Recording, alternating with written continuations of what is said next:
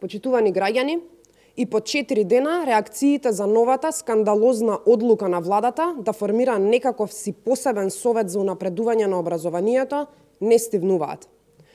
Образовната јавност е згрозена од потценувањето кое го приредува владата. Во така наречениот совет нема ниту еден истакнат универзитетски професор или експерт за образование.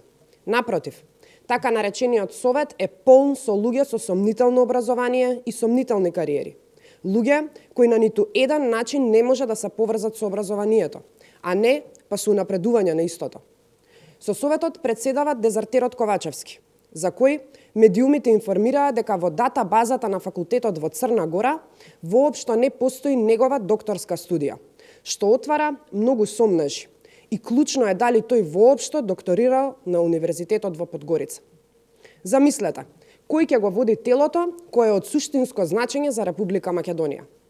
Потоа, во така наречениот совет е и Артан Груби, за образовната фела тотално непознат човек.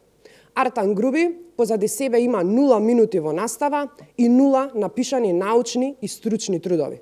Секако, под напишани трудови нема да ги сметаме паролите по трибини или партиските соопштенија. Истите бројки ги следат и Бетики, Бесими и Шакири.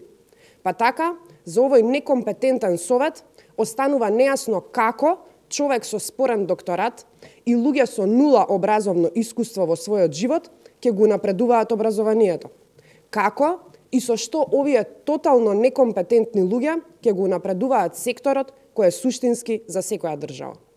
Како може луѓето кои го доведоа образованието до мизерија сега одеднаш да го напредуваат? До кога СДСМ и ДУИ ќе ги понижуваат просветните работници? А во меѓувреме, наставата продолжува без учебници и учениците црпат знаење од фотокопирани скрипти.